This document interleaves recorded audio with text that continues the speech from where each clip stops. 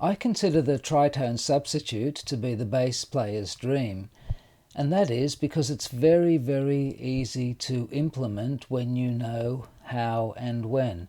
And in this session, I'll tell you and I'll show you how the tritone substitute chord works. In essence, however, I'll basically cut to the chase.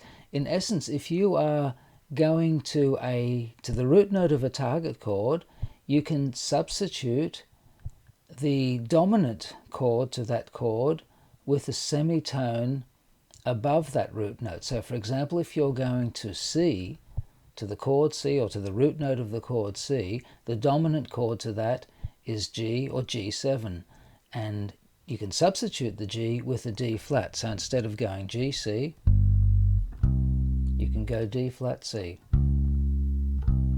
You can already hear the D flat sort of hangs there and wants to resolve to the C. And I'll explain exactly how that works. Now this has got a lot to do with leading notes, and if you're not familiar with how the leading notes work, I do advise you to look at the couple of lessons I've got on YouTube on walking bass and how leading notes apply. Okay, let's have a look at the chord tones first of all in a G7 chord, in a dominant 7 chord, which normally would go to a C.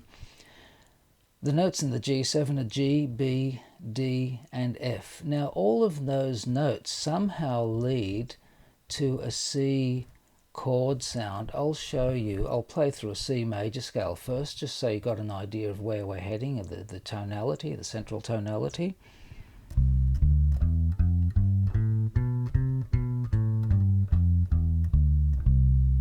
So we're sort of heading towards that tonality. Now if I play a B, I'll play it up here. Oh no, I'll play a G first. So G, see how that wants to jump to the C. Okay, so that's the root note of the G chord. Now the next note in the G7 chord, the B, wants to resolve to the C via a semitone. The next note in the G7 chord, the D, also wants to go to the C. That's its most natural step. So the G, B, and the D, they want to resolve to the C. Now finally the F in the G7 chord, it also wants to resolve to the C, but it's in a few steps. You know? You might have even heard that progression before, but its most natural first step, the F, is to the E. Now if you take the F to the E and any of those other notes to the C, you'll get that resolution. So the C and the E are enough to define the C major sound. You don't necessarily need the fifth in there. Okay, so the root note and the third is what really determines what the chord sound is in its essence.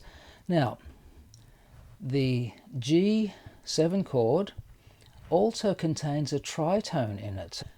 A tritone interval is when notes are 3 tones, or 3 steps, or 3 whole steps, hence the name tritone, 3 whole steps apart from each other.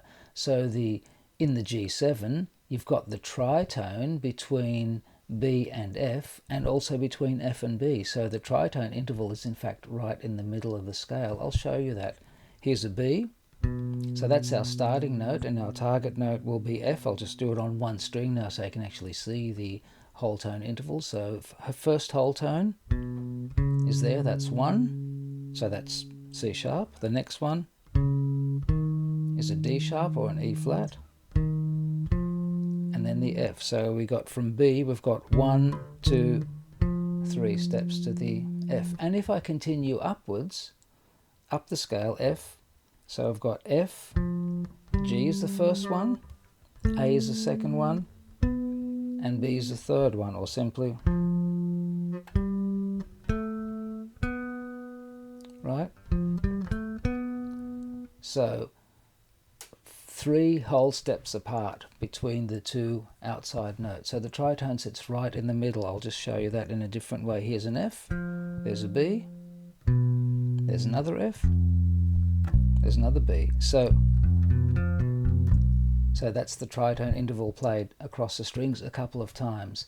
So the G7 chord has a tritone in it, and the tritones in the G7 chord, those two notes of the tritone, they both lead to the target chord, which is C and E.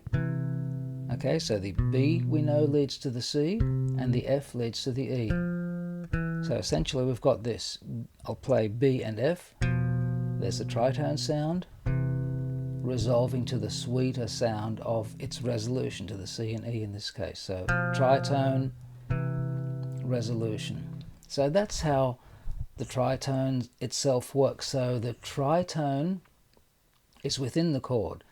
Now let's have a look at the tritone away from the root note of the dominant 7 chord, of the G7 chord in this case. So the tritone away from that is in fact a D flat. I'm sure you can work that out for yourself.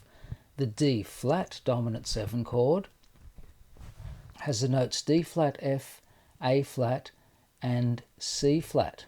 Now if you use the enharmonic equivalent for C flat, that's a B. So we have an F and a B also in the D flat chord. So it sort of, you can see it implies that the tritone is the same out of the G7 and the D flat 7 chord, therefore it also leads to the C major sound. Now the D flat itself, the root note of the D flat chord, leads to the C. Okay, and the other note that's in the chord, the A flat, that actually leads to a G. That's its most natural step. So in fact the D flat 7 chord leads to the notes C, E and G, to a C triad. You can try that out on a chordal instrument such as a piano or guitar if you like. See exactly how that works. So in fact D flat 7 is the tritone substitute of G7. And the same goes in reverse too, because they are a tritone apart. Okay, so what that means is, this is the beauty and the ease of it for a bass player. If you've got a G7 chord, you can actually substitute that. Instead of playing a G to the C, you can play a D flat to a C. So that's sort of the easy answer. Okay, and of course the same goes for all keys. So if you're going to D as your target chord, you can target that with an E flat instead of A to D. Instead of that, you can go E flat to D. So that's the ease of it. Now I'm going to show you with the Band in a Box track that I've set up how the chords work. I've set up essentially a 2-5-1 sequence. I'm starting on the 1 chord, so I'll start on a C major chord for 2 bars.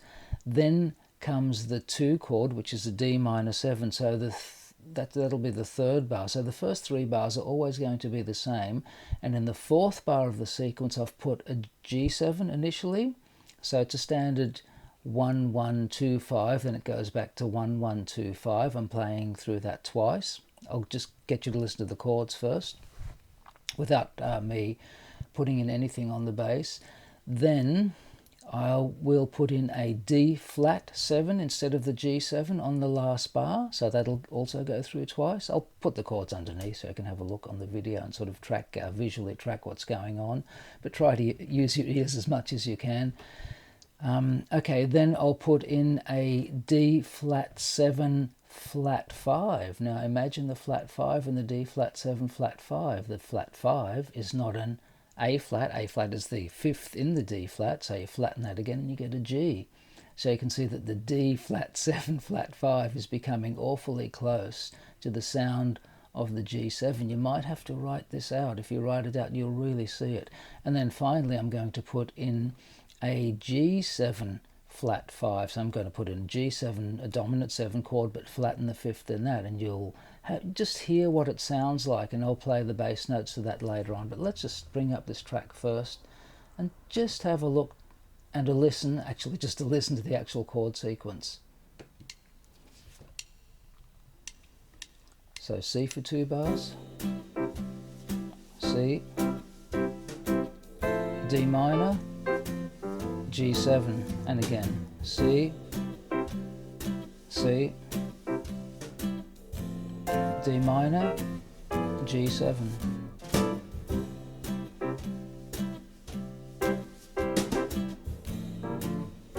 D flat now. So that sounds different already. C, C, D minor 7, D flat 7. C, D minor 7, always here. D flat 7, flat 5. And again. D flat 7, flat 5.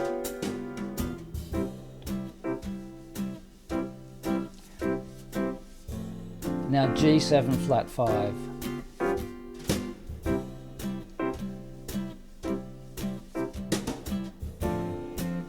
I'll play along root notes now.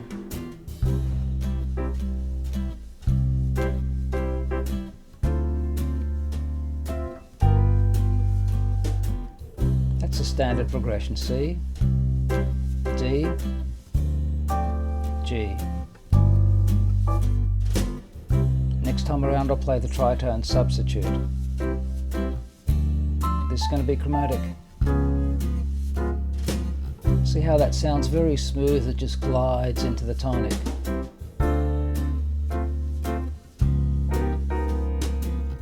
There's your tritone substitute. See again. Now this is the D flat 7 with the flat 5, no change to my bass playing.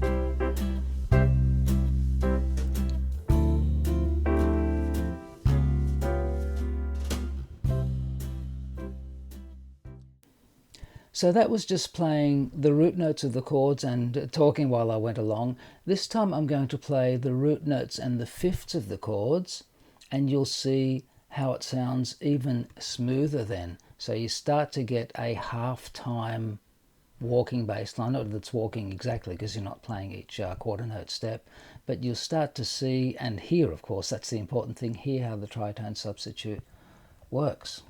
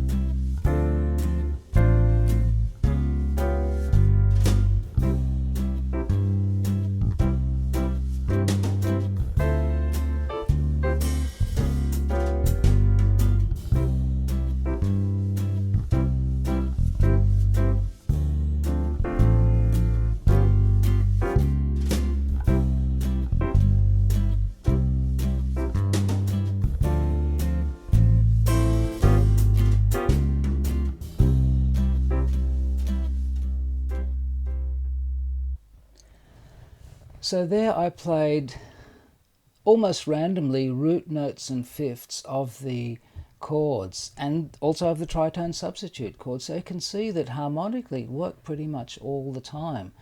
So the tritone substitute certainly frees you up harmonically. Essentially what you're doing as a bass player is that the lowest note, which you usually have as the bass player, unless you're playing way up here somewhere, usually the lowest note will dictate what the chord is. So if somebody is playing a G7 chord and you put in a D flat, well, you're sort of indicating a tritone substitute. You're indicating that it's a D flat 7 flat 5 chord, for example. And with the dominant 7 chords, they can take all types of alterations. So you could see just then by listening to that, the notes pretty much sounded okay, even with some alterations there. So once again, I can just reiterate that if you're not clear about any of this stuff, just write it down so you can see it in front of you. Write down those chord tones, write down where they're going to, and then it'll become really, really clear. And of course do that in many, many keys, so to sort of enhance your musical theory. And the better your theory is, the more easily you'll be able to apply these concepts. But essentially, bottom line, tritone substitute is a semitone above your target note. That's it. Enjoy. Bye for now.